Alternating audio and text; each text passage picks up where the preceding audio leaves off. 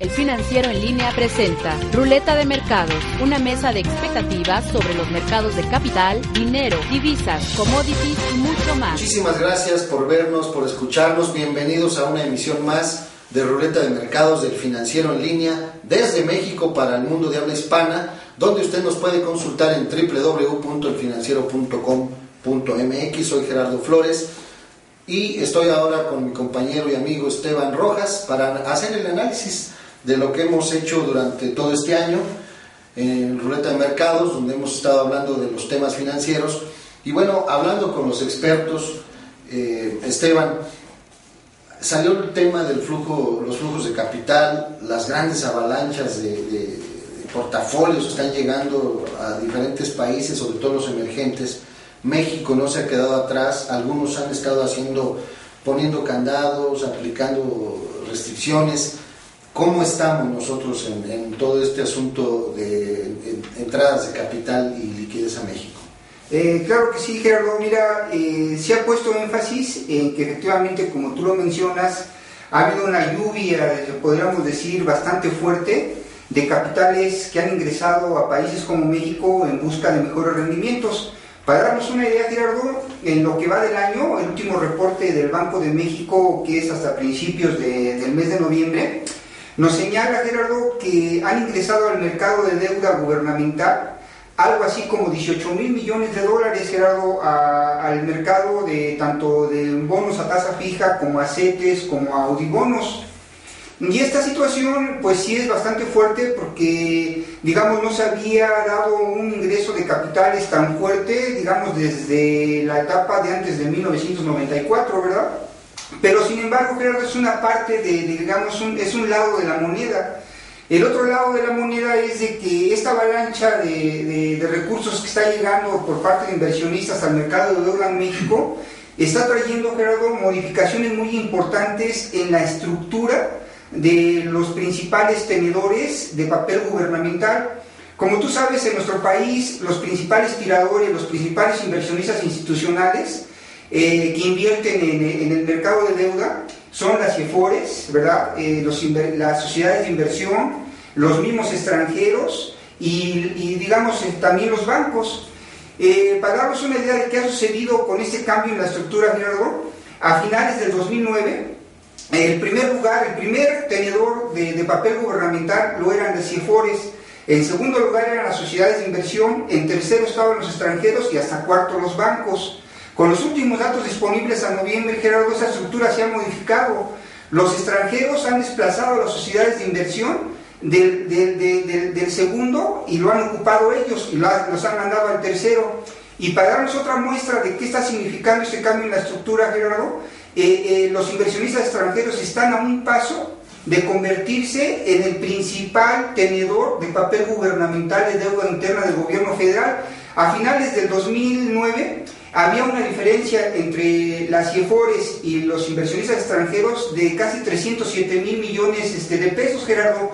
Hoy esa brecha de la distancia de que ocupan los inversionistas extranjeros y las CIEFORES se ha reducido nada más a 69,000 millones de dólares. O sea, nos encontramos a un paso, Gerardo, de que los inversionistas extranjeros se conviertan hoy por hoy en el principal tenedor de papel gubernamental de deuda interna, Gerardo. Y bueno, ¿cuál es pareciera que esa película ya la hemos visto antes, ¿cuál es el riesgo? El riesgo, Gerardo, como tú sabes, es de que si bien es cierto, pues toda economía necesita recursos e incluso los especulativos, Gerardo, porque especulativo a veces se dice y se trata de nombrar peyorativamente como algo malo a este tipo de capitales. Los capitales especulativos contribuyen, Gerardo, a darle liquidez a los mercados, ¿no? Y se necesitan también, sin lugar a dudas.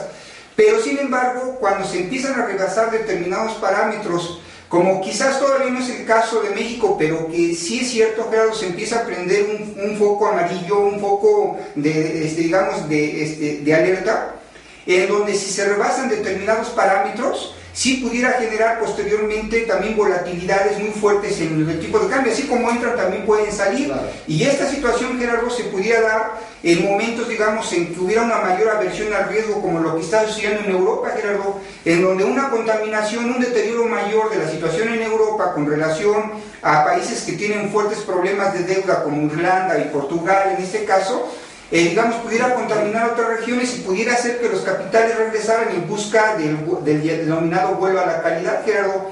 O por otra parte también, aunque esto no es de muy corto plazo, cuando las tasas de interés, Gerardo, empiecen a subir en los países desarrollados que hoy prácticamente están en ceros, pues también muchos de esos capitales, Gerardo, se van a repatriar y si no nos agarran bien parados, sí pudieran originar distorsiones y movimientos no deseables en las diferentes variables financieras, Gerardo. Sí, el problema no es cuando llegan, sino es cuando se van. Es como en la comida o en la cena. El problema no es cuando la mesa está servida, sino cuando se van, quién lava los trastes y te dejan el cochinero.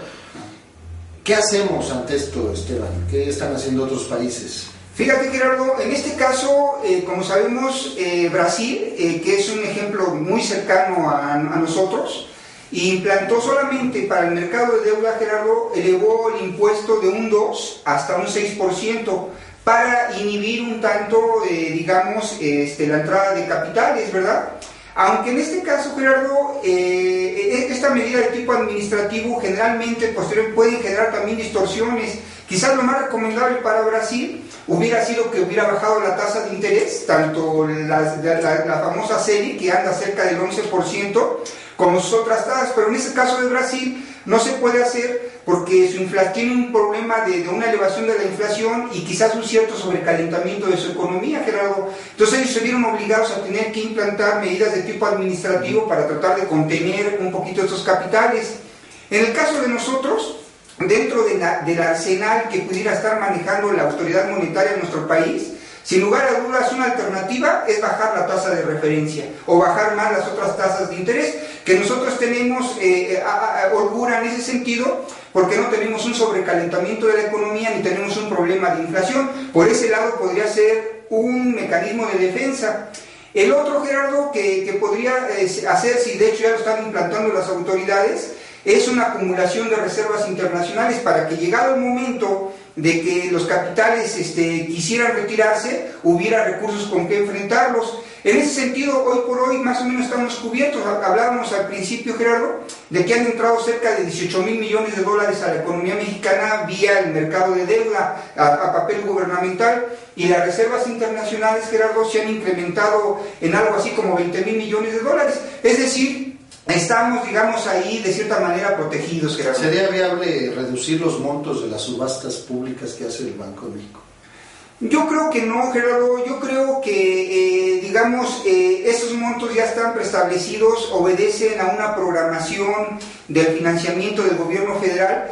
Y si, digamos, en un momento determinado se bajaran, no se podría decir que respondieran a tratar de enfrentar el problema de la entrada de capitales, porque la fijación de un monto determinado de deuda interna obedece más bien, Gerardo, a las necesidades de financiamiento y de gasto que se están programando, en este caso, para 2011, Gerardo. Aunque en las subastas el apetito ha sido hasta 6, 5, 7 veces superior al monto ofertado.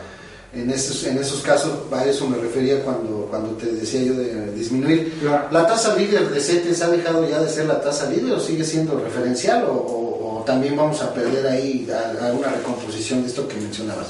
No, sí, Gerardo, yo creo que desde hace tiempo, el CETE a 28 días, sobre todo, la antaño denominada tasa líder ha perdido referencia en el mercado. Sigue utilizando, pero la ha perdido, y la ha perdido, Gerardo, por una sencilla razón.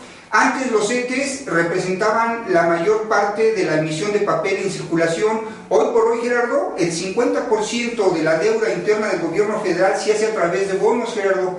Y son estos instrumentos los que ahora lideran al mercado, haciendo que el papel relativo de la tasa de corto plazo tienda a disminuirse, Gerardo. Muchísimas gracias por escucharnos, por vernos. Nos escuchamos la próxima semana. Soy Gerardo Flores. No olvide consultarnos en www.elfinanciero.com.mx. Que tenga usted la mejor de todas las semanas. El Financiero en Línea presentó Ruleta de Mercados.